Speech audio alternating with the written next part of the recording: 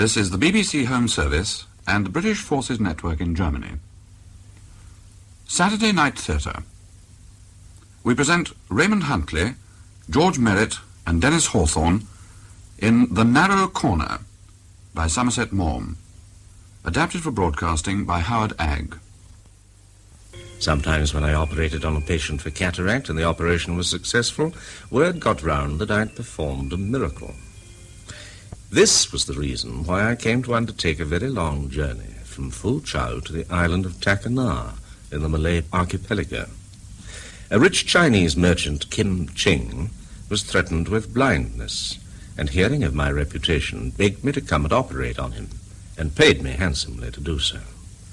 The operation was successful, and afterwards I found myself with nothing to do but sit and twiddle my thumbs until the Dutch ship, which called at the island once a month, arrived. Although time hung rather heavily on my hands, I wasn't discontented. I brought things to read, and it was agreeable to while away the hours sitting under the rattan awning of Kim Ching's store, with a volume of Hakluyt or Per Hick, and a bottle of beer in front of me. I was sitting reading there one morning when I heard voices, English voices, approaching the store. I looked up surprised, for no ship had come in, and saw two men coming towards me. They were shabbily dressed in dungarees and singlets and had grimy topies on their heads. One of them was middle-aged, with a sallow-lined face, white hair and a scrub of white moustache, hideously decayed teeth, and cunning, restless eyes. His companion was a tall young man, slight but wiry, and extraordinarily good-looking. Seeing me sitting alone, they came up, and the elder man addressed me. This is Kim Ching's, ain't it? Yes? Is the old boy here? No, he's sick. Oh, bad luck. I suppose we can get a drink? Surely. What'll you have? I'll tell the coolie. A bottle of beer for me. What about you, Fred? Same here. 2 beers, Lipo, and bring them out here. Sit down, won't you? Ah. Where you come from? Oh, we just come in on a lugger from Thursday Island. Fine weather? Couldn't want better. A nice breeze and no sea to speak of. Nichols is my name. Captain Nichols. Maybe you've heard of me. I can't say I have. Oh, I've been sailing these seas for 30 years. There's not an island in the archipelago I ain't put in at one time or another. I'm pretty well known round here. Kim Ching knows me. Known me for 20 years. Really? And this is Fred Blake. How do you do? What's the matter with old Kim Ching?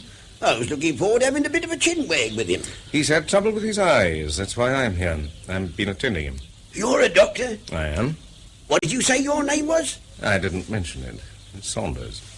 Saunders, I knew it. Did you? How? I knew your face. I could swear I'd seen you somewhere. Fu Chau, that's where I've seen you. Possibly. I live there. What did I tell you? Everyone in Fu Chau knows Doc Saunders. Best doctor in the Far East, Fred. The Chinese swear by him. You did a job on a Palomine once, Doc. Did I? Yes, everyone said he'd go blind. Nothing could stop it. And now he can see as well as you or me. Well, this is a joyful surprise. Shake hands, Doc. And I don't mind telling you it's a bit of luck for me coming across you like this. Hey, Fred? The Doc's the very man I wanted to meet. I suffer from dyspepsia, something chronic. Oh, you and your dyspepsia. Oh, you can talk like that because you don't know what it is. I'm a martyr to it. It's like this, Doc. I enjoy my food, and not foul house, mind you. I like it good, and I like it simple. Not a big eater. I've never been that. Cut off the joint, a couple of veg, with a bit of cheese to finish up with, and I'm satisfied. Mm-hmm. Well, you couldn't eat anything simpler than that, now, could you? Well, 20 minutes after, regular as clockwork. Oh, agony. I tell you, life ain't worth living when you suffer like that. If there's anyone that can do anything for me, it's you. I know that, Doc. Well, I can't work miracles. No, yeah, but you can't expect anyone to do much in a minute for a chronic condition like yours. No, I don't ask that, but you can prescribe for me, can't you? There's nothing I won't try. What I'd like you to do is to make a thorough examination of me, see? How long are you staying here? Oh, our time's our own. But we're pushing off as soon as we've got what we want. You trading? Yes, in a manner of speaking. If anything comes along, we ain't going to miss a chance. Who wouldn't? What cargo are you carrying? Oh, a bit of everything. Not going to Macassar by any chance? We might be. Why?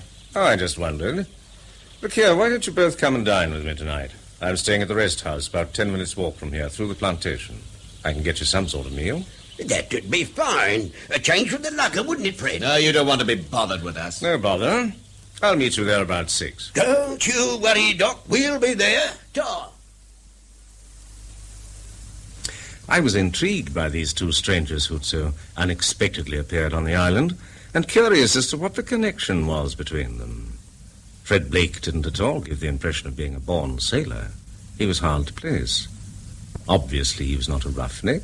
He had manners, and came, I should have said, of a good family. But why he was sailing those lonely seas on a purling lugger with someone like Captain Nichols was mysterious.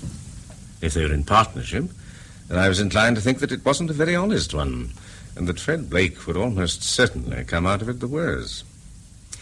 Purposely, then, I made my way later in the day to Kim Ching's house and paid him a quite unnecessary call, for there was nothing more now that I could do for him. He was lying on his bed under mosquito curtains, slowly waving a fan to and fro in front of his face. The room was hot and airless. Sit down, Doctor. Thank you. I hear we have visitors on the island. A lugger came in this morning. Yes, it's anchored beside your schooner in the lagoon. Yes? The schooner does make it look very small, very shabby. Why are they here? What do they want? I don't know. But I am told that you were talking to them at the store this morning. Yes, they stopped for a glass of beer. They say they're trading. That is not the truth. Oh? They have nothing in the lugger but ballast. Stones, my men have told me. Well, no cargo at all. Nothing. Opium, perhaps. No. Then they may be here just on pleasure. Captain Nichols does not sail for pleasure. Oh, he's been to see you, then? No. He sent a message saying that he would like to see me, but I refused. Mm-hmm. He says he knows you well. Give me your opinion, Doctor. Of what? Of Captain Nichols. You want my honest opinion? Of course. Well, I should say he was a bad hand. I just think he'd put his hand to anything, clean or dirty. But he is genial and amusing. He does not amuse me. No? I employed him once on one of my schooners. He stole and cheated. He drank. I had to get rid of him. He is mean, crafty, and dishonest. How does he manage to get work, then? Some people are not particular. They do not ask questions. And Nichols knows his job. He is a first-rate seaman. For that, I was sorry to lose him. Mm-hmm. Who is this man with him? Someone called Fred Blake. Young, very good-looking, but rather surly, I thought. They're certainly an odd couple. I've asked them to dine with me at the rest house this evening. I'll be able to tell you more about them then. Will you please give Captain Nichols a message from me? Of course. Tell him to get out of here pretty damn quick. At 6 o'clock, as I'd arranged, I sauntered down to the rest house to meet Captain Nichols and Fred Blake. They were both waiting for me, and we had a drink.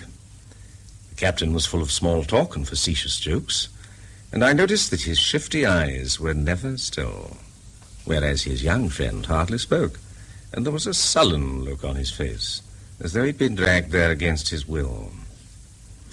An adequate dinner had been prepared for us, and before dinner I went to my medicine chest and mixed something in a glass for the captain to help him eat his dinner in comfort. Well, I must say, this is a treat after what we've had to eat on the lugger. A real treat. Well, most of it comes out of tins, I'm afraid, but the boy knows how to flavour it up. It's the best dinner I've had since I left home. Where is your home? Brisbane. Yes.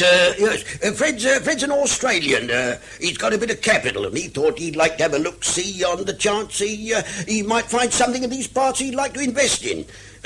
Buy a plantation or do a bit of pearl fishing. I know all these islands inside out, and what I say is there's a rare lot of chances for a young fellow with a bit of capital. That's why we put in here. My idea, that was. It struck me we might do business with old King Chin. I sent him a message, say I'd like to see him and have a talk with him. Yeah, so he told me. Ah, did he? What else did he say? Tell me to tell you that you'd better get out of here pretty damn quick. Well, that's a nice way to talk, I must say. What's he got against me? My impression is that he's got a good memory. Well, we had a bit of a disagreement, I'll own that, but it was donkeys years ago. There's no sense in holding the thing up against a fella all that while. Forgive and forget, I say. Live and let live.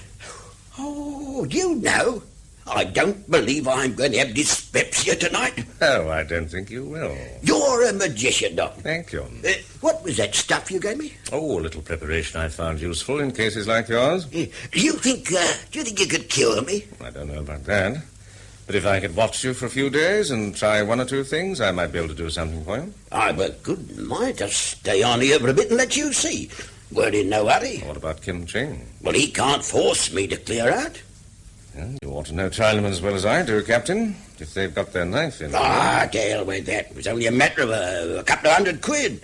Old Kim's as rich as be damned. Now, what difference can that make to him? He's an old crook anyway. You ever notice that nothing hurts the feelings of a crook so much as to have another crook do the dirty on him? That's a good one. I like you, Doc. You don't mind what you say, do you? Well, it takes all kinds to make a world. Indeed. Keep your eyes skinned, I say, and let the devil take the hindmost. And where you see a chance of making a bit, well, you're a fool if you don't take it. Now then. What about me and Kim Ching and staying on here for a bit? Oh, come off it, Nichols. We're not going to risk running into trouble here. We're sailing tomorrow. Who says we are? I do. Well, you can think again. We're sailing when I say we sail, see? Getting rid of my dyspepsia is more important to me Look than... here, I've got an idea. What? I don't want to sit around on this island idling my time away for another 3 weeks till the Dutch boat comes in. Fred Blake seems to want to sail tomorrow. Very well, then. Take me on the lugger with you tomorrow to Timor or Macassar or Surabaya, somewhere where I can pick up a steamer. I'll give you all the treatment you want, Captain. That's a good idea, Doc. What do you say, Fred? We can't carry passengers. We're not allowed to. You know that. He needn't be a passenger. We can sign him on. Ship's doctor. In any case, there's no accommodation. Well, I guess the doc ain't particular. Not a bit. I'll bring my own food and drink. All I need is somewhere to sleep. Sorry. Nothing doing. Now, look here, young fella, my lad. Who gives orders on this boat? You or me? Well, if it comes down to brass tacks, I do. Since when? Let me tell you, I'm skipper, and I say what goes. It'd only be for 5 or 6 days. Be a sport.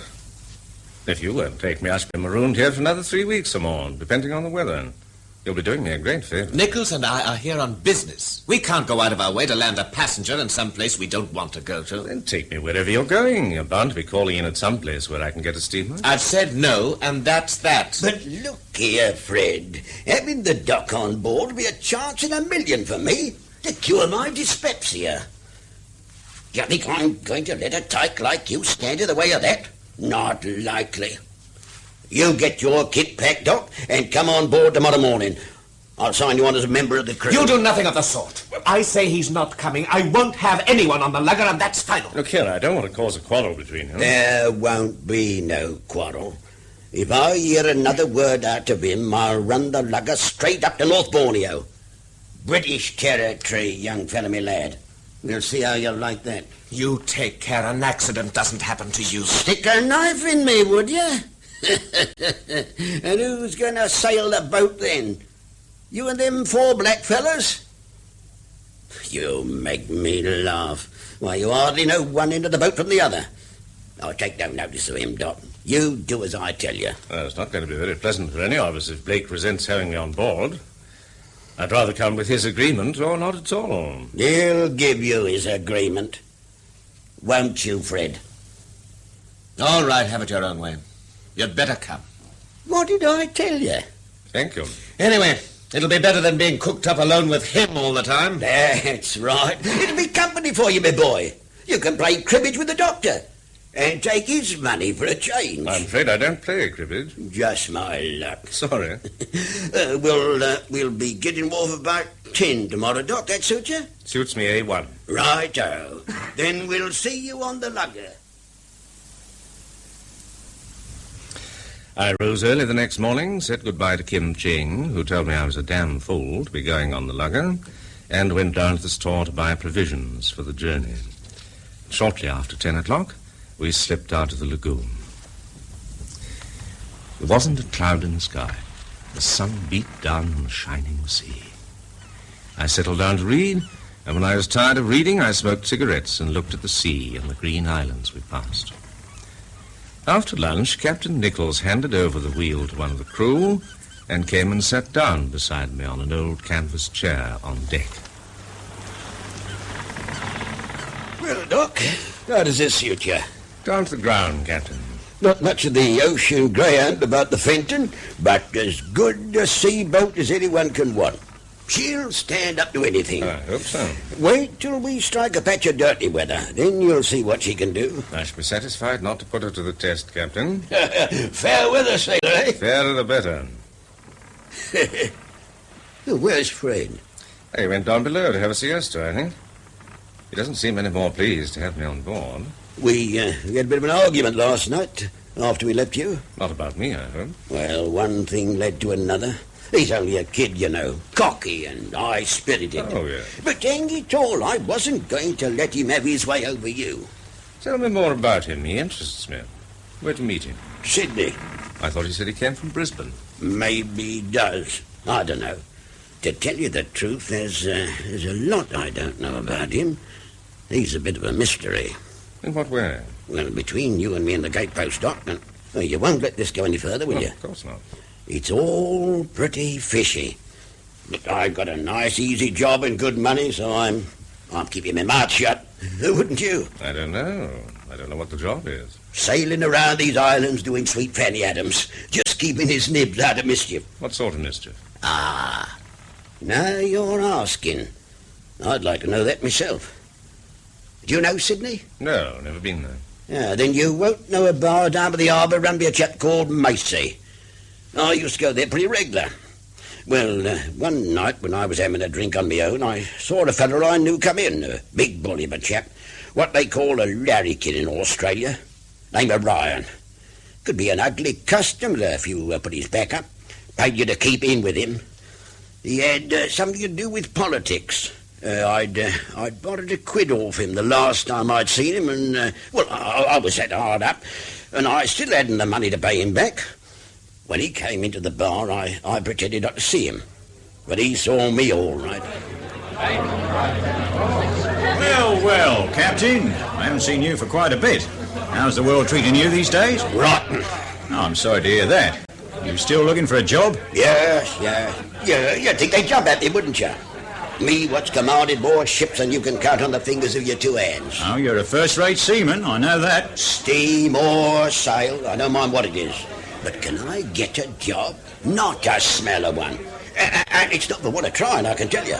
Just sheer bad luck. Oh, I'm sure it is. Now finish that beer and have another with me. Ta! 2 beers, miss. Look here, Ryan, I'm sorry about that quid you let me. It's been on my mind ever since, but the truth is, I've had all I could do just to keep body and soul together. Oh, forget it, old chap. What's a quid? I know you're all right.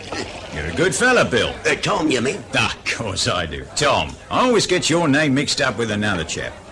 Well, as I say, what's the good of having money if you can't lend it to a pal when he's down on his luck? Yes, I'd do the same for you, Ryan. I know you would. Don't you give it another thought.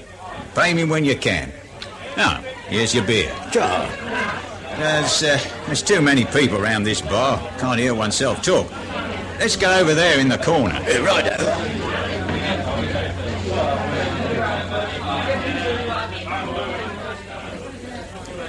Ah, this is better. Now, sit down, old chap. That's it. Oh, cheers. Chin. So your luck's been out, has it? Not half.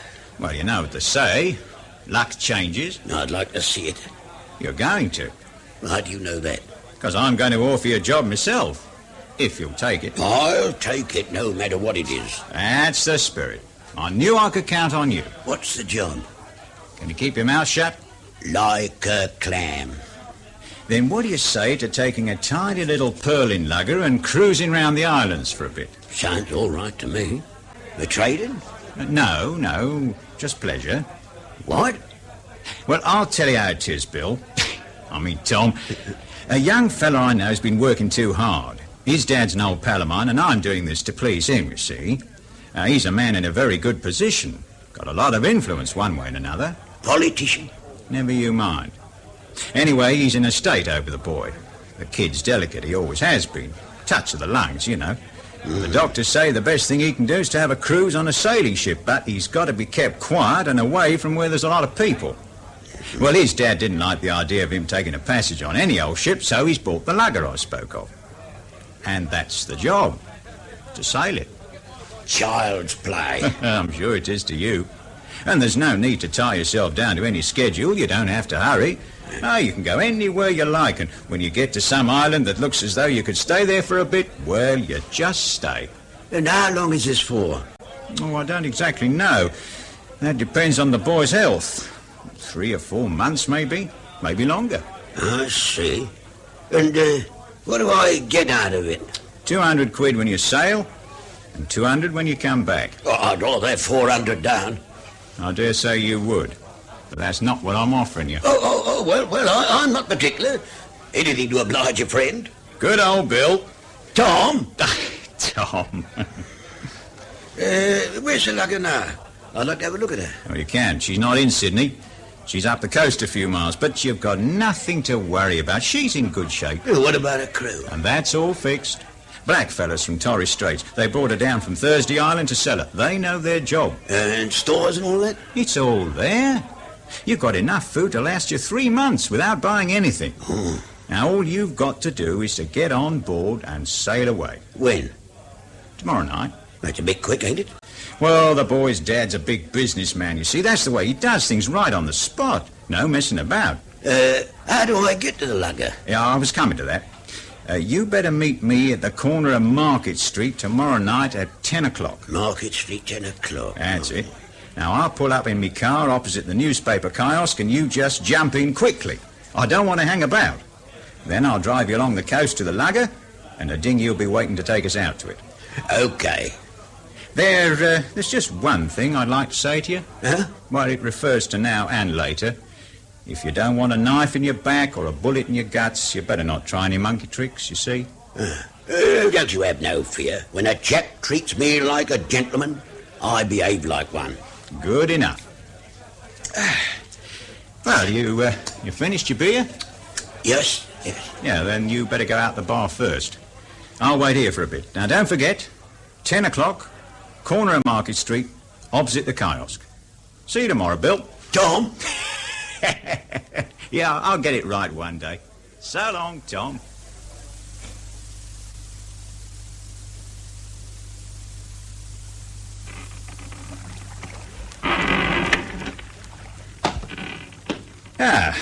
Well, what do you think of the lugger?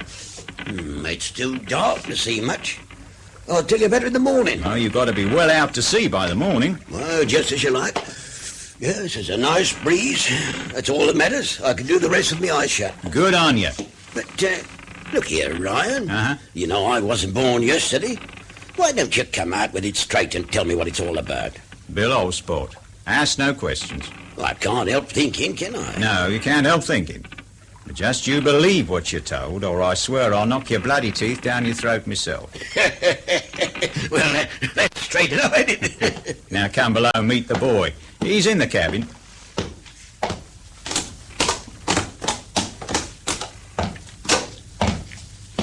Fred! Yes? Yes, Captain Nichols. This is Fred Blake. Glad to know you. Bad luck you crocking up like this. Can't be helped. The Sierra pull you together, though. Nothing like it to build up a young fellow's constitution. Well, now, look, I must be off in a minute. So, here's the money, Captain. 200 sovereigns. Crikey. I haven't seen gold in donkey's years. I thought only the banks had it. Well, now you've got some. I could do with that belt of yours, Ryan. I can't leave a lot of money like this lying about. All right, take the belt. Good luck. Good luck to you, Bill.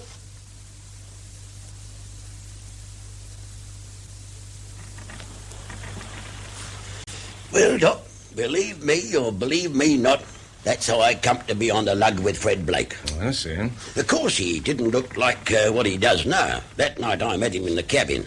He was all dolled up then, in a smart blue suit, collar and tie, and brown shoes. Proper swell he looked. But ill. Not on your life. He was a picture of health. It was all I could do to stop myself from laughing. Bit jumpy, and I'd have said he was scared. Scared of what? Search me. He ain't told me a thing about himself. Not a blooming word. But I've put two and two together, and I've got a pretty shrewd idea what's at the bottom of it. Oh? Politics. That's why Ryan's mixed up in it. The government's pretty rocky in New South Wales. They're hanging on by the skin of their teeth. And there's an election soon. Mm-hmm. Now, if there was a scandal, they'd go out tomorrow. I shouldn't be surprised if Fred Blake wasn't the son of somebody pretty high up. Is one of the ministers in the government called Blake? Blake's no more his name than it is mine. But I'll bet you that he's the son or the nephew of a minister, all right. And if there'd been a stink and it come out what he'd done, the minister would lose his seat and the government would be kicked out. So I think that's why they decided to get him out of the way for a bit. And what do you think he did? Well, your guess is as good as mine. Could be murder. Murder? He's only a kid. Maybe, but old enough to hang. Towards evening, we sighted the island of Badul, where Captain Nichols intended to pass the night. It was a lonely-looking island, uninhabited, and to our surprise, we found a schooner already anchored there. She turned out to be a pearler from Port Darwin, and as one of the Japanese divers on board was suffering from an attack of dysentery, the captain of the schooner, an Australian, asked me for medical help. I was rowed across to the schooner. I gave the sick man an injection and returned to the Fenton, where I found Captain Nichols and Fred Blake sitting on deck playing cribbage under the light of the hurricane lamp. One of the crew was playing an accordion down below. You fix him up all right, Doc? I've done my best. Did you bring the newspaper the captain promised me, the Sydney Bulletin? Yes, he gave it me just as I left. Here it is. Thanks. I'd like to have a look at it. What, now? We haven't finished our game. We can finish it later. I'm going forward for a bit. Anxious to read the paper, isn't he? Did you ever look at it? No, the captain gave it to me just as I was getting into the dinghy. It was too dark to read. He acts like that everywhere we stop. Acts like what? Well, the first thing he asks, is there a cable or a wireless on the island? Have they any Australian newspapers? He's waiting to hear about something. I'd like to know what it is. Well, we'll get the paper from him when he comes back and see what's in it. Well, there's another thing I don't understand. The luck he has at cribbage. It's phenomenal. I've never seen anything like it. No? Night after we sailed from Sydney, he said, what about a game of cribbage? Well, we had to pass the time somehow, and I knew he'd got a good bit of money on him, so I didn't see why I shouldn't have a bit of it. I've played cribbage all my life, and I thought I'd got a soft thing on. Soft me eye. I haven't had one winning day since. I've lost near on £70. It's not as if he could play. It's the devil's own luck he has. Perhaps he plays better than you think. Don't you believe it. What I don't know about cribbage ain't worth knowing. No, it's just confounded luck. But luck can't go on forever. It's bound to change. And when it does, you see I'll get back all I've lost, and all he's got besides. He's coming. Well, let's get on with our game, Captain. Where were we? Finished reading the paper? Yes, there was nothing in it. All the same, I'd like to have a look at it. I'm afraid you can't. What? Well, you should have said so before. I didn't think you were interested. I chucked it overboard. Now, your take, isn't it? Yes. 15-2. 15-4, 15-6, And 15, 8 and 6 are 14, and 1 for his knob, 17. God, what luck you have.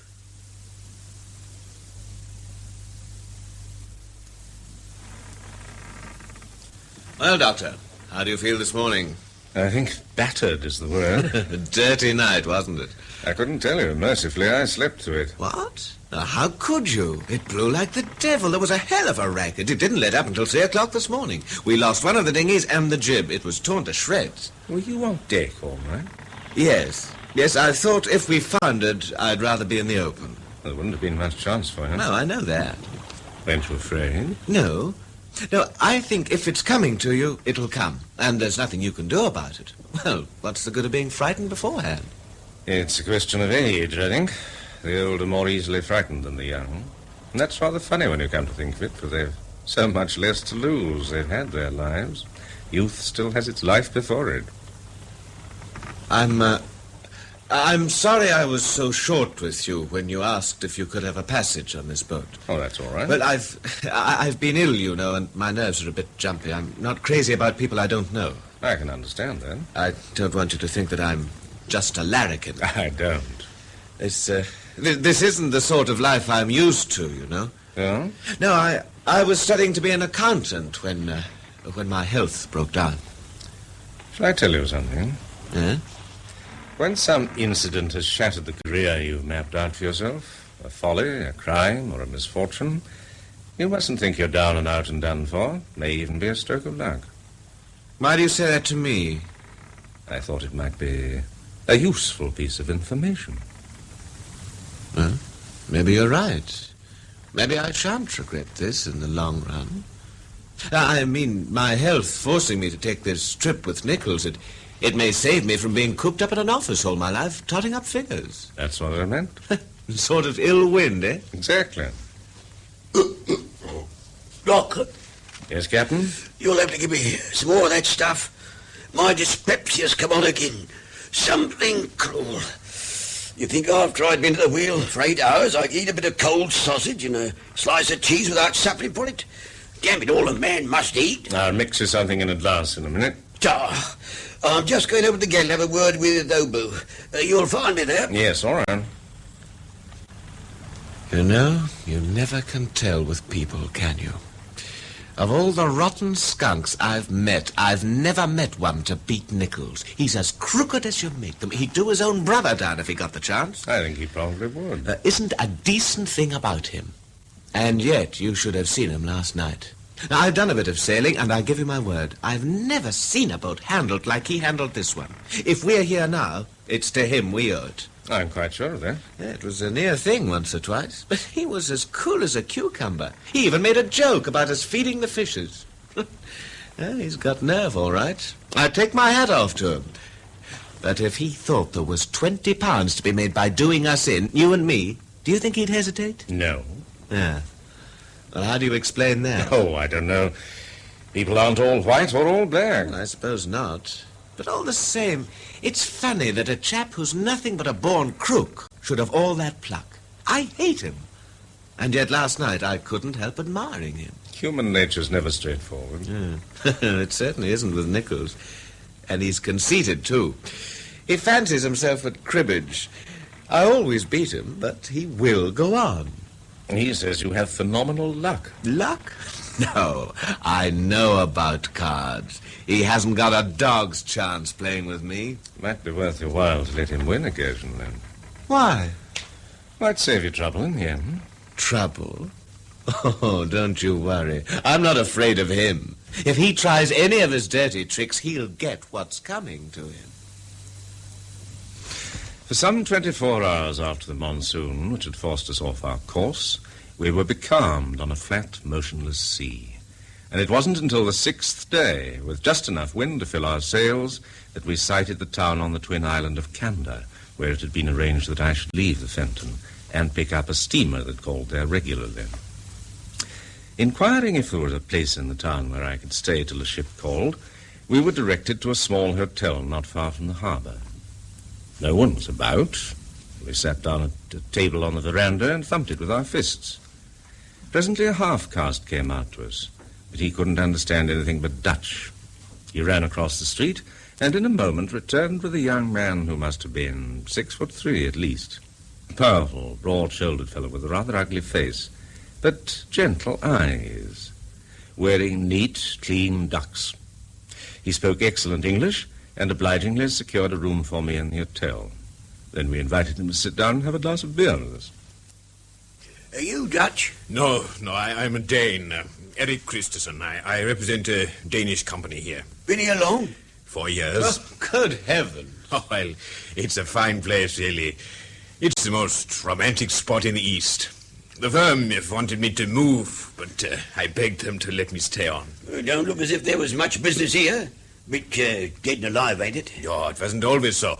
In the old days, I believe there was so much traffic that sometimes the harbour was full of vessels, and they had to wait outside until there was room for them to enter. Centre of the spice trade, was it? Cloves and nutmegs and all that sort of thing? Yes, the old Dutch merchants were so rich here they didn't know what to do with their money. I've been told there's marble palaces and I don't know what all. Well, hardly palaces, though many of the houses are built out of marble. They used to belong to the old Buccaneers. Do you get any newspapers here?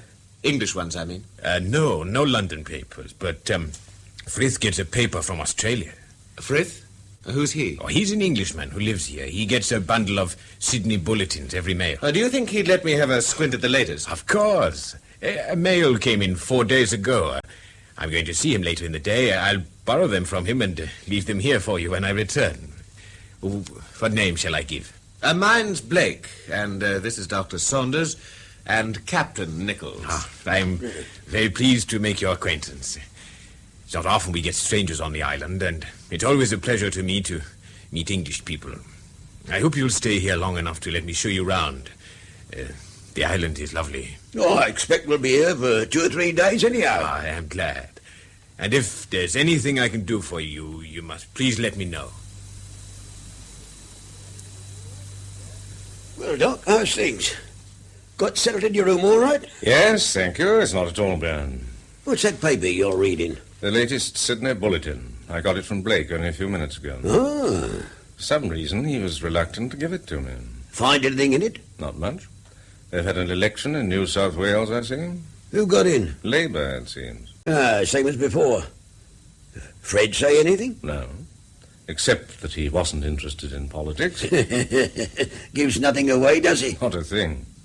By the way, where is he? Gone off somewhere. Told me to tell you he'd see you later on board. Looking for a girl. I don't blame him. Though I don't know what he thinks he's going to find in a place like this. It's risky, you know. Tell me, have you ever heard of someone called Patrick Hudson?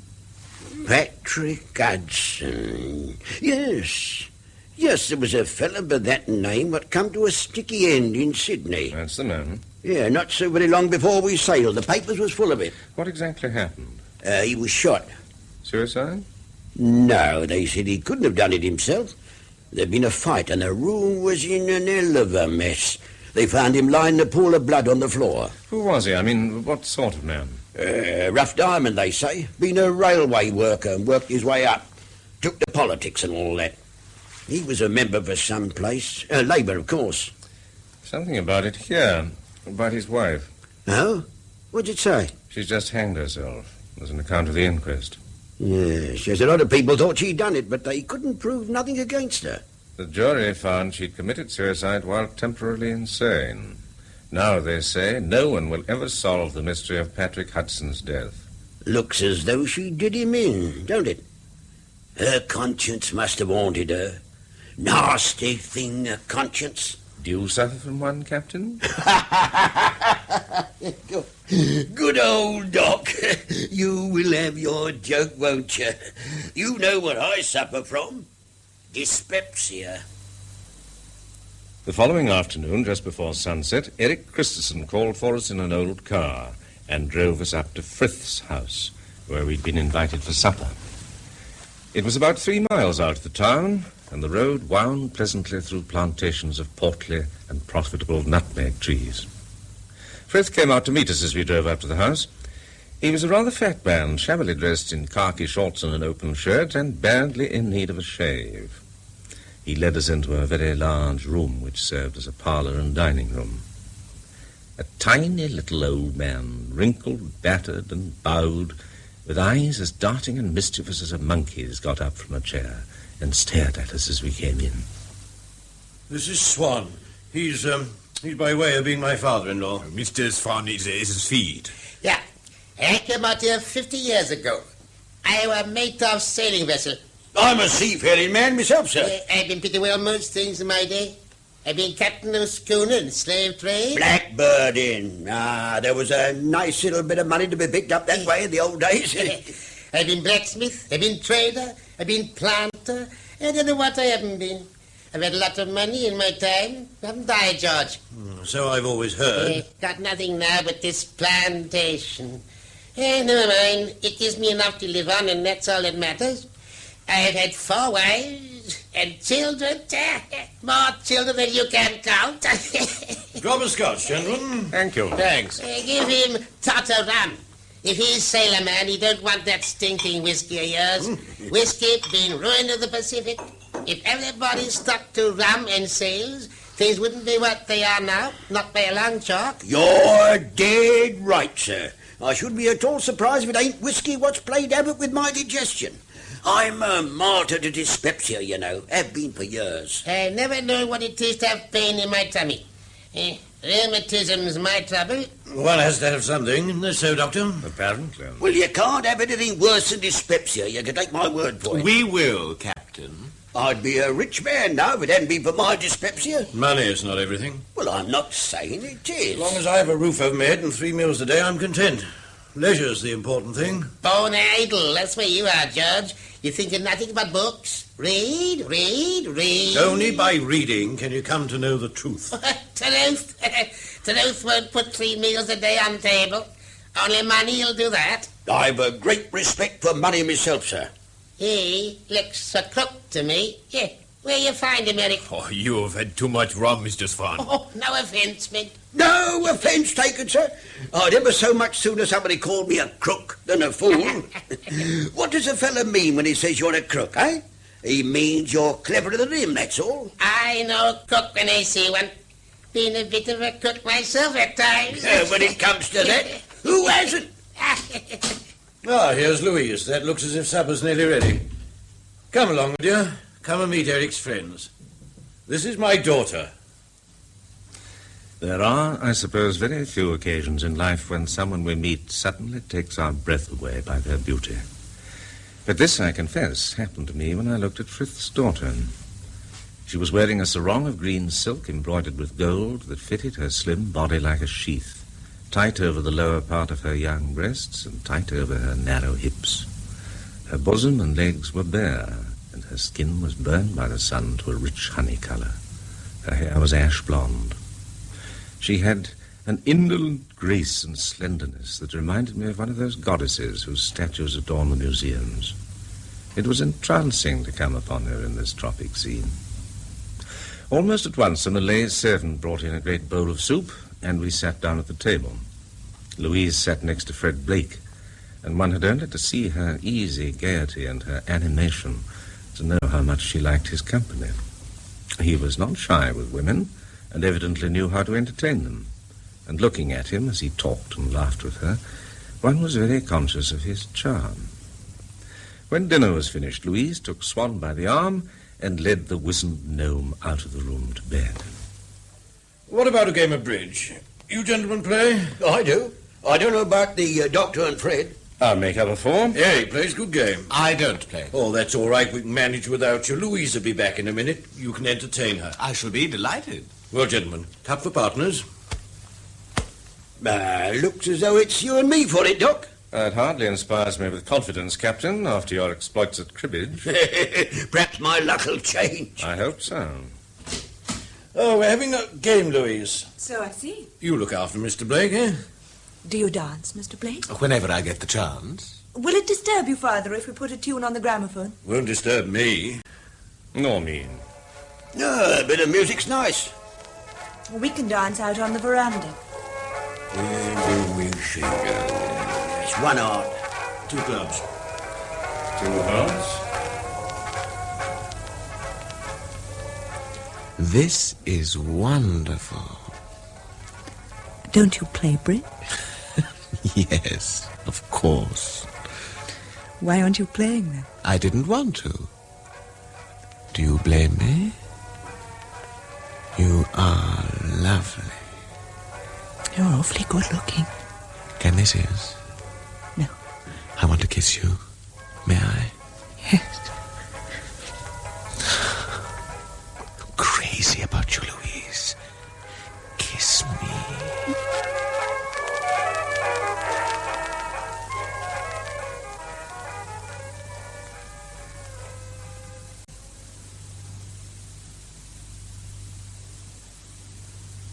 This is where I live, Doctor. What an attractive room. I noticed the marble you spoke of. Yes. This was one of the old Pekingese houses. Oh, please sit down. Thank you. It's good of you to arrange such an agreeable evening for us, Christessen, and to finish it off like this with a nightcap. It gives me great pleasure to welcome you to my house. Do you take soda with your whiskey? Please. You must tell me about Frith. He showed me some of his books before we left. Unusual collection to find in the house of a planter in the Far East. Studies Indian religion and Indian philosophy, he tells me. Yeah, he was a schoolmaster at one time in England. Really? How did he find his way here? Oh, he read about this island, you know, a lot. And in some old travel books, I believe.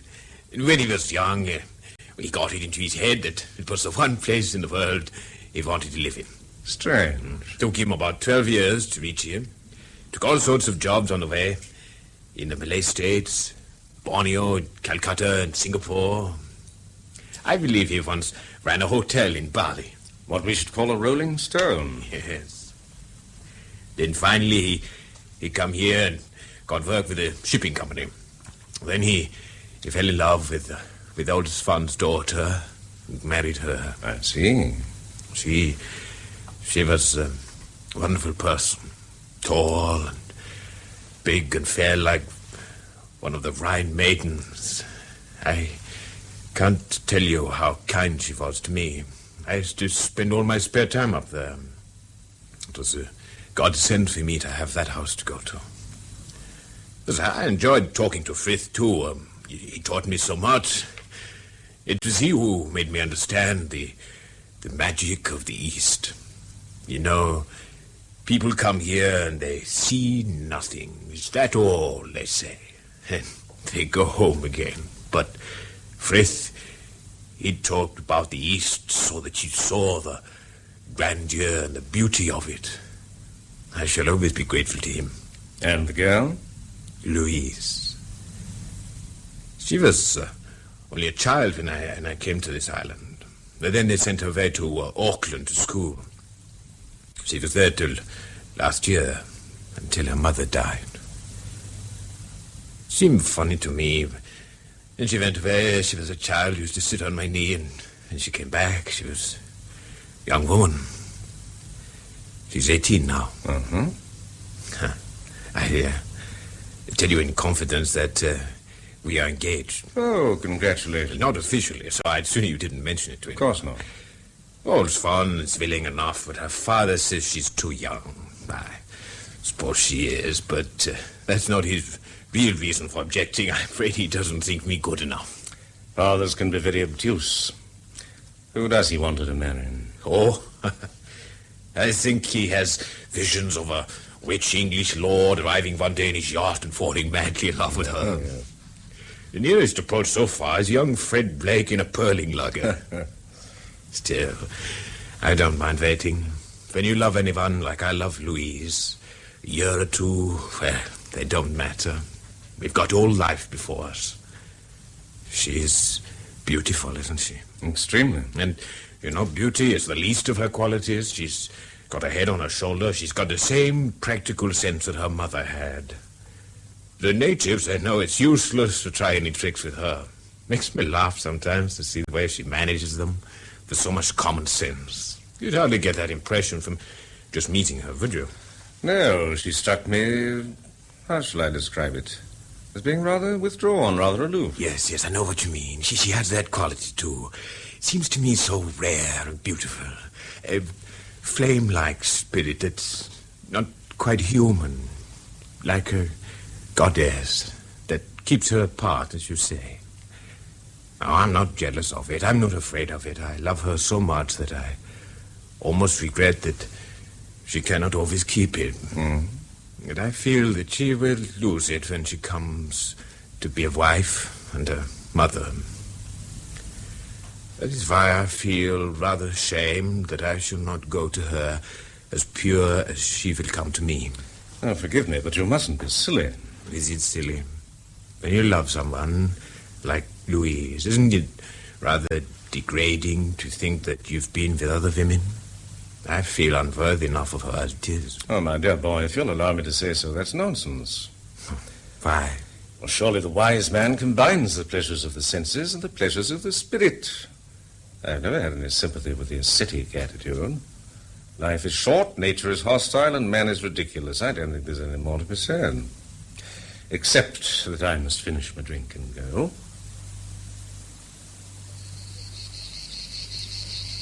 Well, Doc, feel like a game of piquet this evening? Why not?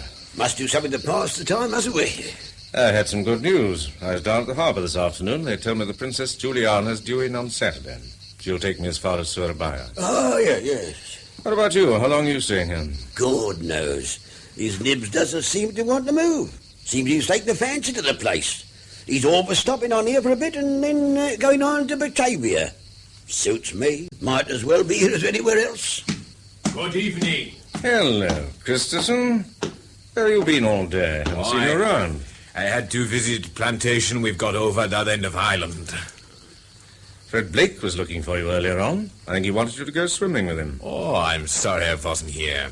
Where's he now? Courting, I expect. Oh, not much chance of that here. Don't you be too sure. Good-looking young fellow, you know. The girls fall for him.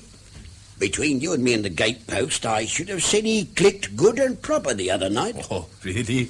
Who with? That girl up at Fritz. Louise? Oh, no. Well, I don't know. She came and had a look at the boat with him this morning, and I know he dolled himself up something fierce tonight. Oiled his hair, put on a silk shirt, and a clean pair of ducks. I asked him what he was made of, and he told me to mind my own bloody business. Frith was down here this morning. Maybe he asked Blake to go and have supper with him tonight. Fred had his supper on the Fenton. In any case, he wouldn't be at Saunders as late as this. They go to bed at 10. Maybe he's gone to bed, too. If you ask me, that girl looked as though she knew a thing or two. Wouldn't surprise me if they wasn't both comfortably tucked up together at this very minute. And very nice, too. I wish I was in his place. It's not a bad plan to judge others by oneself. But not when one's a mangy cur. Well, why have I said anything to offend you? I didn't know the lady was a friend of yours. Good night, Doctor. Well. What was all that about? Blew right up, didn't he? Wanting to commit suicide, Captain? One blow from that great fist of his, and he wouldn't have to bother any more about dyspepsia or anything else. Well, what was he so upset about? Sweet on the girl himself? Well, there are men who object to hearing their girlfriends spoken of in that way. Oh, come on, fair Doc. If a girl's easy, a chap likes to know. Well, there's a chance for him, ain't there? Stands to reason. You know, you're one of the dirtiest tykes I've ever met, Captain. That's a compliment in a way, ain't it? I didn't intend it to be. Funny part is you don't like me any the less if I am, do you? Seems that proves something. What? That you ain't exactly a saint yourself. Now, come on, let's deal the cards. And how about some beer while we're at it? Hey, boy! It was after midnight when we finished our game of piquet and Captain Nichols returned to the Fenton. I went up to my room, undressed and got into bed. But at first I couldn't sleep. I kept thinking of Erik Christessen and was reminded of the look of disgust and contempt and rage on his face when the captain had made his coarse references to Louise. I wondered, too, whether there was any truth in what Nichols had said about Fred Blake and the girl. And if so, whether I should not take it on myself to warn Blake and keep him away from her. Eventually I turned off the light and was on the point of dropping off to sleep when I heard someone trying the handle of my door, which was locked.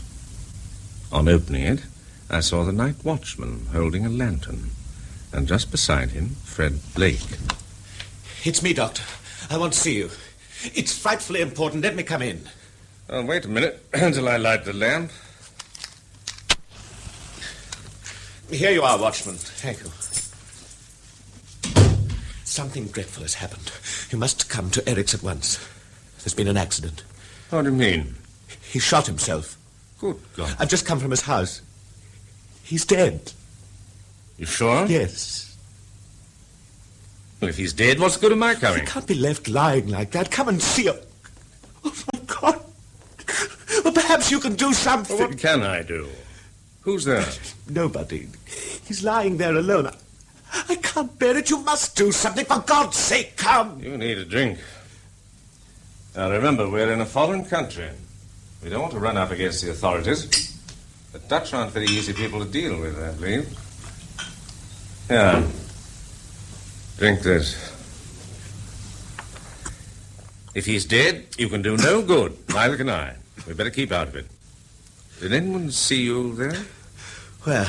At his house. No. I was only there a minute. I rushed straight round here. No one saw me. What made you go to Christessen's house? I had to. I had something to say to him that couldn't wait. Well, you'd better tell me. It's that girl up at Old Swan's. Louise. Well, what about her? I had a bit of fun with her tonight. Fun? You know what I mean.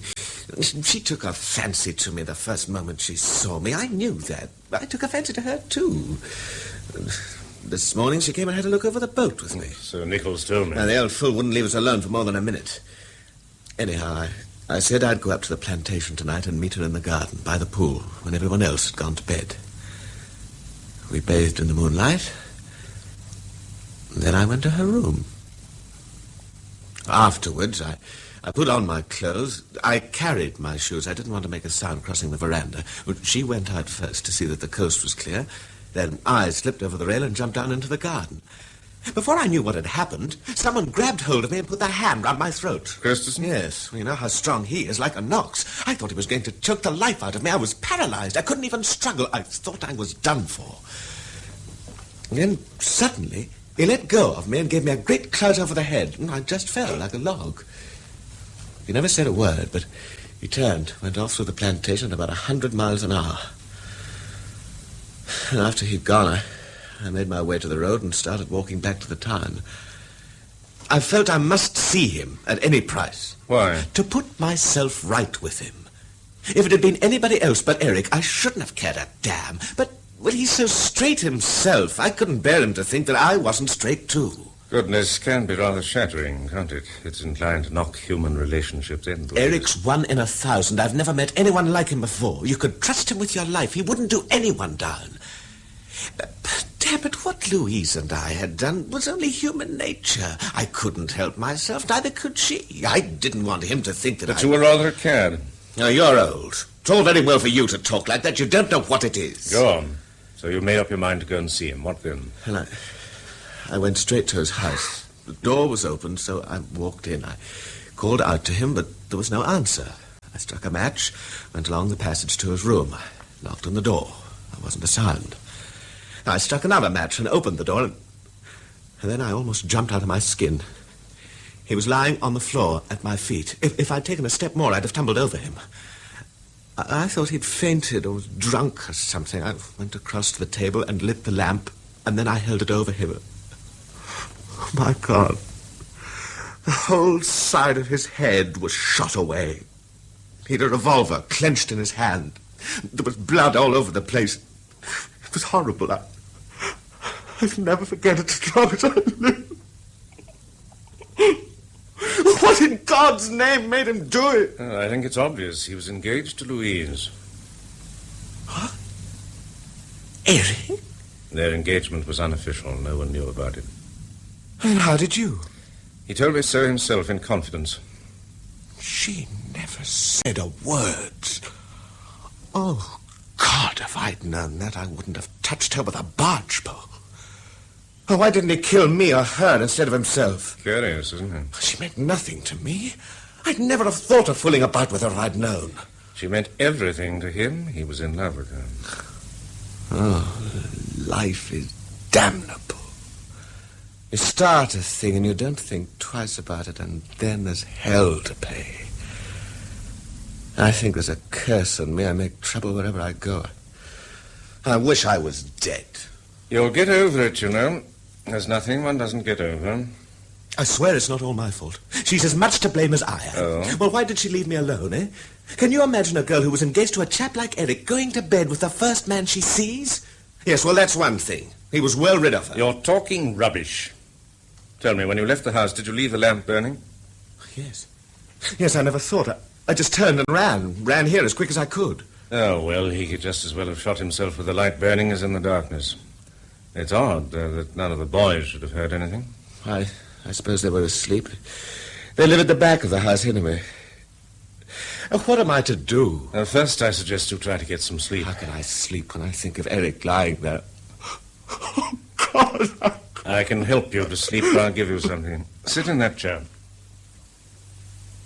I got my hypodermic needle and gave him a shot of morphine. Then I put out the lamp, got back under the mosquito curtain and to bed. In the morning, when I awoke, he was still on the long chair in my room, sleeping peacefully. I left him there and went downstairs to have my breakfast. I'd scarcely sat down at the table when the manager of the hotel came into the room with a Dutch official in a white uniform with brass buttons, who clicked his heels and addressed me in English. You are Dr. Saunders? I am. I'm sorry to tell you that a Danish trader called Christessen has shot himself. Christessen? Oh, that tall fellow? The same. He was found by his boys an hour ago. I am in charge of the inquiry. Mr. Van Rijk, the manager here, informs me that Christessen came to the hotel last night to visit you. That's quite true, he did. About 11 o'clock? Yes, it was quite late. Captain Nichols and I were sitting out on the veranda having a game of cards when he called. Did he stay long? No, only a few minutes. Had he been drinking? Good heavens, no. He's quite sober. I have never seen him drunk myself. Did you notice anything strange in his manner? Did he give you the impression that he was disturbed about anything? Well, I don't know him very well, you know. I only arrived here about a week ago. So I understand. I shouldn't have thought he was the kind of man who'd do anything so desperate. But one can never tell. Mr. Van Rijk tells me that the night watchman of the hotel admitted a young Englishman to your room late last night, after midnight. That is so. Mr. Blake is travelling with Captain Nichols on board the Fenton, now anchored in your harbour. He was taken unwell suddenly with stomach pains. He came at once to see me. I gave him an injection and let him sleep on the chair in my room. He's still there. I haven't disturbed him. I understand that he was friendly with Christessen. Perhaps he can tell us something. Well, I should doubt it. In any case, he didn't see Christessen at all yesterday. He wasn't here when Christessen called last night, and Christessen told me that he'd been visiting a plantation on the other side of the island all day. What is your own explanation of this tragedy, Doctor? I'm afraid I can't help you. Probably the old story. What's that, officer? It's a mistake for a foreigner to live alone in a place like this. They brood, they get homesick, the heat is killing. And then one day they can't stand it anymore, so they put a bullet through their heads. I've seen it happen before. I'm sorry for the poor fellow. He was very quiet and never gave any trouble. You could not help liking him. I agree with you. He seemed to be an altogether unusual person. But it would have been better for him to have taken one of the girls of the island into his house. It would have made hardly any difference to his expenses and perhaps saved him from this. Perhaps? Doctor, I am obliged to you. Not at all. I shall not disturb you any longer, and the young Englishman... Mr. Blake? I shall not disturb him either. Let him sleep. Erik Christessen was buried the following afternoon. The funeral was attended by a few of his Dutch friends, George Frith, Fred Blake, Captain Nichols, and myself. After it was over, Frith invited me to drive out with him to his house for a drink. As it would be my last opportunity of saying farewell before sailing on the Princess Juliana the following day, I accepted his invitation. I was also curious to see Louise. When we reached the house, she came down the steps to greet us, and while Frith was called away to attend to some urgent matter on the plantation, she led me into the sitting room, where the jalousies were drawn against the glare of the setting sun, and the light was subdued and cool. She bore no sign that she'd passed through an emotional crisis. She was as calm and possessed as when I'd seen her first. Father asked me to give you a drink until he returns. Will you have a Stanger? Thank you. If Grandpa comes in, please don't say anything about Erik. We haven't told him. We were afraid it would upset him. But perhaps he knows. One can never tell. Old people have a strange way of knowing things. Christessen's death must have been a great shock to him. Yes. I owe a great deal to him. When I was a child, I used to worship him. Were you in love with him? With one part of me, perhaps. Why do you ask? If you weren't wholly in love with him, why did you become engaged to him? He talked to me a great deal about you one night. He told me in confidence that he was going to marry you. I promised Mother I would before she died. Oh, I see. I was very fond of him. I knew him so well. I was very much at home with him. I think if he'd wanted to marry me just when my mother died and I was so unhappy, I might have loved him. But he didn't want to take advantage of the feelings I had then. He thought I was too young. And Father didn't very much want me to marry him. So I gathered. But in spite of that, you were going to marry him one day. Yes, I suppose we should have married in the end. Been quite happy. If nothing had happened. And if we hadn't come to the island. You might never have met Fred Blake. Does he know I was engaged to Erik? He does now, I told him. Was that why he wouldn't see me when I called at the hotel yesterday? I imagine so. Why did you come to see him? I couldn't believe it when they told me Erik had shot himself. I wanted to know if it was possible that he knew about Fred. He saw him coming out of your room that night. He was in the garden when Fred Blake jumped over the rail of your veranda. That's why he shot himself. You were to blame. No, I wasn't. What makes you think that? He was very much in love with you. It wasn't me he loved, really. It was my mother. Only he didn't know it. But she knew it, and at the end I think she loved him, too. What he loved in me was what he loved in her. Erik killed himself because I'd fallen short of the ideal he made of me. Don't you think if he'd loved me, he would have been tolerant? Men are very peculiar in that respect. Yes, and it's stupid the importance they attach to the pleasures of the body. White men, at least. If he'd really loved me, then he might have killed me, or he might have forgiven me. But it was his ideal he loved. He wanted to imprison me in it. He didn't care who I was. He couldn't take me as I am. What right have people to make an image after their own heart and force it on you, and be angry if it doesn't fit you? Aren't you asking to change human nature? All that's happened is terrible, and my heart is heavy. But I don't grieve. At the back of my mind, I know that it's given me freedom. I'm even free of Fred Blake. I shan't see him again. Perhaps if he'd been staying a month on the island instead of just a few days, this would never have happened. How do you mean? I should have thought there was plenty of time. And if I'd seen him every day for a month, I dare say I shouldn't have bothered about him. In the end. What will you do now? I'm young. I can wait. When Grandpa dies, this will be mine. Perhaps I shall sell it. Father wants to go to India. The world is wide. But I am I. I don't want to dream anyone else's dream. I want to dream my own. Frith joined us presently, and when we'd finished our drinks, we walked across the compound to his car. I got in beside him, and as we started off for the town, I looked back at the house. Louise was standing at the top of the stairs waving to us. The last ray of the sun found its way through the heavy leafage of the canary trees and touched her fair hair with gold. She was like an enchantress in an old tale whom men loved to their destruction. Enigmatic and serene, waiting for what in due course would befall her. I wondered what it would be. That evening, my last on the island, Fred Blake joined me for a drink on the veranda of the hotel. Nichols and I are sailing first thing in the morning. We're going on to Batavia. I shall be glad to get out of here. I wish to hell we'd never come. I suppose that's what you call fate. Not necessarily. I doubt if our destinies are so important that the fate should make such a to-do about them. You're a queer fellow, Doc. I'm hanged if I can make you out. When one's talking to you, somehow nothing seems to matter a damn. Isn't there anything that makes a difference to you? Yes, whiskey. There you are.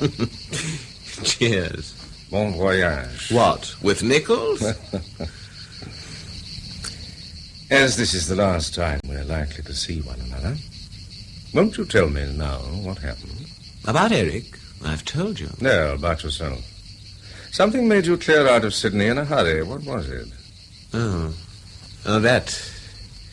Yes, I wanted to talk about it to someone. Sometimes I could hardly prevent myself from telling Nichols. Oh, thank heaven I wasn't such a fool. But isn't it bloody to think that one's life should be ruined by an accident? It's so damned unfair. And I think of all I had to look forward to. My people are in a good position. My father's in one of the best firms in Sydney. He was going to buy me a partnership. I'd have made plenty of money and had a good life. I'd probably have gone into politics as he did. I'd have married sooner or later, settled down in a nice home. If anyone had a chance, I had. And now, look at me. Well, you've got youth, you've got some education, and you're not bad looking. That's what makes me laugh. If I'd been downright ugly, I'd be in Sydney now. Oh, well, that sounds conceited, I expect, but... You know, I've always been able to get any girl I wanted, I suppose, because of my looks. I thought it was rather a lark. After all, you're only young once. I didn't see why I shouldn't have all the fun I could get. Do you blame me? No, the only people who would are those who've never had your opportunities. And then, of all the rotten luck, I had to run into that woman. What woman? One weekend, a chap brought his wife to spend the day up at our house. His name was Hudson. Patrick Hudson. Oh, yes. He was a chap with a lot of influence in politics. Father said he could make all the difference at the election. So, of course, we had to make a fuss of him. I was told to look after Mrs. Hudson. She was nothing much to look at. Thin and scraggy and tall. Well, she must have been over 40. Well, when I was showing her round the garden, she asked me if I'd have tea with her one afternoon the following week at the Pacific. Do you know Sydney? No, I don't. Well, the Pacific's a place where they have dancing. I couldn't very well say no, because of Father and everything, so I went. She knew how to dance, I'll say that for her. But there are ways and ways of dancing. You know what I mean? Not quite. She was shameless. Of course, I saw what she was up to, and I couldn't help laughing, but... I thought if she wanted me to play that game, I'd play it. In the end, we went to a place I knew and had a bit of a rough and tumble. I thought that would be the finish. Not on your life. She said she'd fallen in love with me the first time she saw me. Well, I tried to shake her off, but I couldn't. She was on the phone at all hours of the day, ringing up the house or the office and leaving messages for me until I began to get scared. Well, she didn't mind what risks she took. Didn't her husband mind? Yeah? Oh, Pat Hudson, well, he treated me just like a boy. He never took much notice of me. He probably thought it was all a joke. Well, at last I got fed up with it all. She wouldn't leave me alone. I couldn't call my soul my own. I couldn't stick it anymore. So, I told her I was sick and tired of the whole thing and it had got to stop. And what did she say to that? Oh, there was one hell of a scene. She screamed and cried, said she loved me and wanted to marry me and that she couldn't live without me. She was like a mad woman. I've never seen anything like it. But I didn't care. I made a bolt for it. From Sydney, you mean? No, from our house. I didn't go there again. Well, not for some weeks. Not until she wrote me a letter. She said she was awfully sorry she'd made all those scenes. She thought she must have been crazy, but she'd had time to calm down. Everything was all right now, and she didn't bear me any ill will. She was going off to New Zealand in 2 days' time, and would I drop in the following evening just to say goodbye and have a drink. And you went? Yes, I was surprised at how casual she had sounded, as though she didn't much care whether I went or not. Well, that suited me all right, so I went along to the house the next night. Come in, Fred. Come on and sit down. Thanks. Pat isn't here. He's gone to Brisbane for a day or two. Yes, I heard he was going. Father said something about it. I'm afraid we must talk about him for a minute, though. I don't want to get into any trouble if I can help it. Things might be a little awkward. Huh? That's one reason why I hoped you'd come this evening. How do you mean, awkward? Oh, don't worry, not for you. You're absolutely safe. But I think it's just as well we should both tell the same story, if we have to, if he should ask any questions. You mean he knows about us? Well, you remember that night we drove back from the beach, the last time we met? Yes. Well, someone saw us together and told Pat about it. He didn't like it. I said you were waiting for a friend to drive you home, and they didn't turn up, so I give you a lift. I don't think he'll mention it again, but if he does, I just want you to back me up. Well, of course I will. Yes, I knew you would. So, now let's forget about it, whiskey? Thanks. You know, I'm really rather excited about my trip. I've never been to New Zealand, and I believe it's wonderful. Yes, I hear. I'm going to stay with friends. They have a lovely house by the sea. It should be fun. And the doctor says it's just what I need. A complete change. Here. Is that all right for you? Fine. Well, Fred, here's how. Cheers, Florrie. Oh, by the way, what time do you make it? 6:20. Oh, good. Good, then I don't need to leave the house for another half hour. I'm going to pictures. Well, I thought you were all dressed up. Ah, it's a new dress. Do you like it? Very much. I think the colour suits me, don't you? And the shape. Fred. Yes? You know, it wouldn't hurt you to kiss me goodbye, would it? No, I don't suppose it would. Then why don't you? Maybe I will, when I go. Why not now? You may forget. All right, Florrie. Have a nice trip. Bon voyage. No, Fred, no. Properly. Like you used to kiss. That's enough. You promised there'd be no silly business. Yeah, I know. I didn't mean there to be, but I can't help it now that I see you. Oh, Fred, come on, be kind to me. Please, just this once. It'll be the last time I'm going away tomorrow. You won't be bothered with me anymore. Well, you do like me a little, don't you? Well, yes, of course. Well, then put your arms around me. Come on. I don't blame you for anything, Fred, really I don't. Except for being so absurdly good-looking. Oh. I know I'm a foolish woman, I know, but I can't help that. I love you. I love you. Oh, kiss me, darling. Oh, huh? Patrick! What the hell, you dirty little swine? Oh, no, don't, Pat, don't. Get out of my way! Let go! Let go! You tell him! I'll beat the hell out of him! Pat!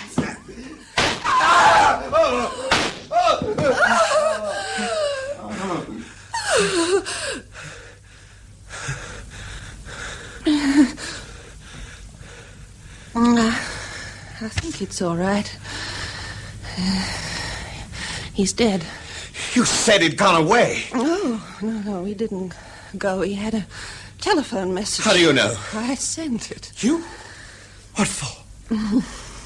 My God, you mean this was a put-up job? No, don't be silly. What you've got to do now is keep your head. Go on home. Have supper quietly with your family as though nothing had happened. Well, I'm going to the cinema like I said I would. You are mad. Stark, raving mad. No, I'm not. I know what I'm doing. You'll be all right if you just do what I say, see? You just behave as if nothing had happened and leave it all to me. Oh, you've got nothing to be afraid of. I won't let him touch you. You're mine, and I know how to look after what belongs to me. I love you, and I want you. And when it's all over and forgotten, we'll be married. What a fool you were to think that I was ever gonna give you up. I shall never forget the look on her face as she said that. It made my blood run cold. I was in a trap, and there was no way of getting out of it. Who fired the shots, Mrs. Hudson? No, I did. You were carrying a revolver. Oh, of course I wasn't. When we were struggling on the floor, and I thought he was going to kill me, I suddenly felt a revolver put in my hand. I swear I didn't know what I was doing. It all happened in a second. I twisted my arm and fired. And then I fired again. My God, the nerve that woman had got. I was trembling like a leaf. She was as cool as a cucumber. Did you go home, as she told you to? Yes, I wanted time to think. But before I went to bed that night, I made a clean breast of the whole thing to my father. I told him that I'd only fired in self-defense, which was true. He said the thing had got to be hushed up. He couldn't afford a scandal with the election coming on. I should have to get out of the country. That's why he bought the lugger and why I came away with Nichols. I stayed in bed for over a week, pretending I had fever, until the night Father drove me along the coast to where the lugger was anchored. Well, in the meantime, what about the police? What conclusion did they come to? They reckoned that the crime had a political motive. Hudson was known to have a lot of enemies. They didn't suspect Mrs. Hudson. They may have done, but if they did, they couldn't pin anything on her. She had a perfect alibi. She said she'd spent the evening at the cinema, came home, and found her husband dead. The papers said she made an awful scene, screaming and crying and rushing out of the house to call the neighbors when she discovered him. She could prove she'd been at the cinema. She'd part of the ticket still in her bag, and she'd spoken to 2 people she knew who were there. She said she'd gone to the cinema because, believing her husband had left for Brisbane, she didn't particularly want to stay in the house alone. The police asked her why he hadn't gone to Brisbane. She said she'd no idea. They couldn't prove a thing against her. Then why she just hanged herself? How did you know that? I read about the inquest in a copy of the Sydney paper you gave me. It gave me an awful turn when I read it. She was horrible, and I hated her. Yet I suppose she must have been in love with me to do what she did. Why do you think she did it? I mean, take her life. Perhaps my father had something to do with it. Your father? I don't think he'd be satisfied till he got even with her. I shouldn't put it past him to have told her that I'd confessed everything and the police were going to arrest her. Plausible, but she chose an unpleasant way of doing away with herself. She's ruined my life.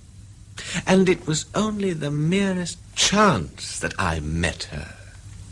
Don, what the hell does it all mean? Why are we here? Where are we going? What can we do? Any of us? My dear boy, you don't expect me to answer that, do you? Ever since men picked up a glimmer of intelligence, they've been asking those questions. What is it the Bible says? Short, therefore, is man's life, and narrow is the corner of the earth wherein he dwells. You must take life as you find it, I'm afraid. I'm fed up with life as I find it. You know, the most valuable thing I've learned is to regret nothing. Oddly enough, most misfortunes have their compensations. With a certain humor and a good deal of horse sense, one can make a fairly good job of what is, after all, a matter of very small consequence. You're a stranger in the world yet. Presently, like a man on a desert island, you'll learn to do without what you can't get and make the most of what you can. I'll either have life on my own terms or not at all. No, I don't want your resignation. You may one day. Never. Never. At dawn the next morning, the Fentons slipped out of the harbour, and that was the last I saw of Fred Blake. But not of Captain Nichols. By an odd coincidence, on my way through Singapore a month later, I was sitting on the little dusty terrace of my hotel reading when I heard someone call me. I looked up, and to my astonishment I saw the captain coming towards me. Well. This is a small world, ain't it, Doc? It certainly is. I was passing by and saw you sitting there. I come to say how do you do you? Oh, sit down and have a drink. Don't mind if I do. Good heavens, you've had your teeth out. Yes, I promised you I would, didn't I? You was quite right. The dentist said he wasn't surprised I suffer from dyspepsia. It's a miracle I've gone as long as I have, according to him. They were rotten. Rotten, every one of them. And certainly didn't add to your beauty. Where's Fred Blake? Come to a sticky end, poor chap. What do you mean? Fell overboard one night, or jumped over. Nobody knows. In a storm? No, sea was as flat as a mill pond. Then how could he go overboard without anyone noticing? What about the man at the helm? Well, we dove to for the night. Fred had been drinking very heavy. Nothing to do with me, of course, but I told him he'd better go easy. Mind your own bloody business, he said. All right, I says, go your own way. It ain't going to put me off me sleep. Next morning, he was gone. When did this happen? A week ago, last Tuesday. Very awkward it was for me, too. He'd won all my money at cribbage. We played a lot after we left you, and I tell you, the luck he had was something unbelievable. I began to think there was something phony about it, but I couldn't see how it was done. Well, to cut a long story short, by the time we got to Batavia, he took every penny off me I'd got for the cruise. Well, you told me that was 200 sovereigns. So it was. Well, after the accident, I broke open his strong box. Why did you do that? Well, I had to see if there was an address or anything so I could communicate with the sorrowing relatives. I'm very particular about that sort of thing. And you know, there wasn't a shilling there. It was as empty as the palm of my hand. The dirty little tyke must have carried all his money in his belt. And he'd gone overboard with a lot. And mind you, it was my money, most of it. That must have galled you. You can't tell me he could win like that playing on the square. Crooked he was. I never liked him. Not from the beginning. I don't know what I should have done if I hadn't been able to sell the lugger to a chink in Penang. I made him give me a good price, so I haven't done too badly after all. Life's a rum, ain't it, Doc? Like a bloody seesaw. Up and down, up and down. It's a queer story, Captain. I wonder if there's any truth in it. Here, Doc. What do you mean by that? What I say. I suppose you didn't by any chance push Fred Blake overboard when he was drunk? Well, that's a nice way to talk. It's the first time anyone's ever accused me of doing the dirty on someone, Captain, is it? You didn't know he kept his money in his belt. You thought it was in his strong box.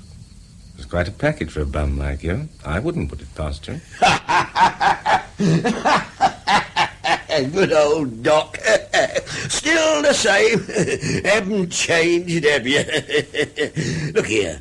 What about that drink you were going to give me? You shall have it, you scoundrel. Wait up!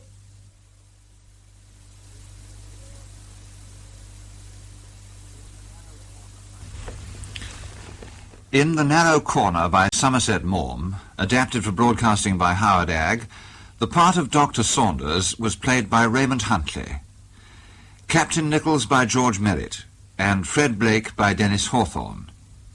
Erik Christessen, William Edel, Louise Frith, Sheila Grant, Mrs. Hudson, Barbara Mitchell, George Frith, Peter Pratt, Ryan, Peter Clawton, Kim Ching, Will Layton, Swan, Geoffrey Wincott, Patrick Hudson, Louis Stringer, and the Dutch official, Anthony Vickers. The play, which was recorded, was produced by Martin C. Webster.